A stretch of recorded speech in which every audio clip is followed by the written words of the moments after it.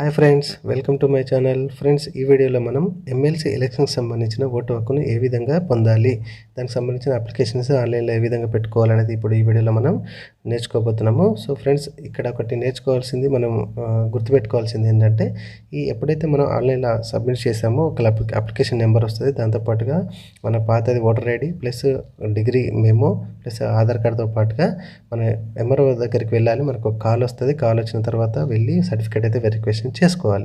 Okay, అప్పుడు మాత్రమే మనం పొందడానికి అవకాశం ఉంటుంది. ఫ్రెండ్స్, దీనికి సంబంధించిన లింక్ని అయితే నేను డిస్క్రిప్షన్లో ఇచ్చాను. అక్కడ నుంచి ఈ పేజ్కి వచ్చేసేయండి.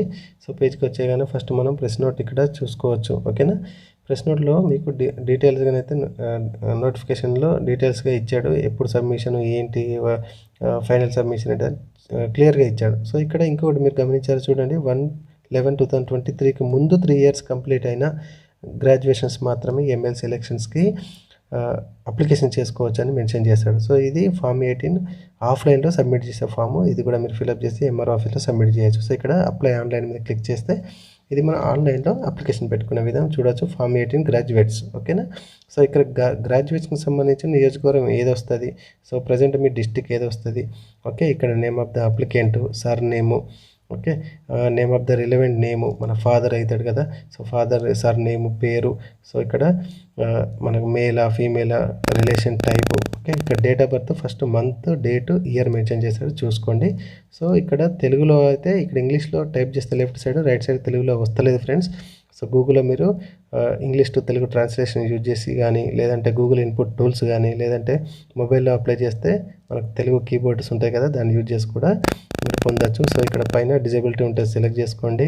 లేకపోతే కింద అండ్ వదిలేసేయండి. కింద అడ్రస్ అనేది పూర్తిగా ఎంట్రీ చేసేసేయండి. తెలుగులో మాత్రం చెప్పినట్టుగా గూగుల్ ఇన్పుట్ టూల్స్ కానీ ట్రాన్స్లేషన్ కానీ Google translation English to Telugu use చేసి ఇక్కడ పేస్ట్ చేసేయండి. పేస్ట్ అవుతున్నాయి, పర్లేదు.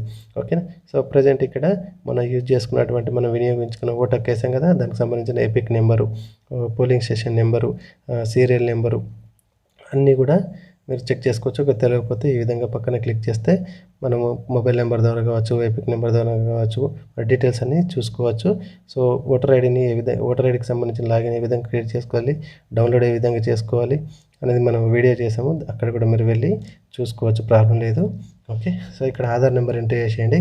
ఇక్కడ గ్రాడ్యుయేషన్ అనేది ఆటోమేటిక్గా ఉంది ఫ్రెండ్స్. మళ్ళీ పొరపాటున డిప్లొమా మీద క్లిక్ చేయొద్దు. క్లిక్ చేస్తే ఏంటంటే మొత్తం కూడా ఫామ్ అంతా ఎగిరిపోతుంది. సో నేను డిప్లొమా చేశాను కదా అంటే అట్లా కుదరదు. ఓకేనా, అది ఫస్టే క్లిక్ చేసుకొని పెట్టుకోవాలి ఫామ్లో. ఇది ఒక ఇంపార్టెంట్ బుల్లెట్ అనమాట.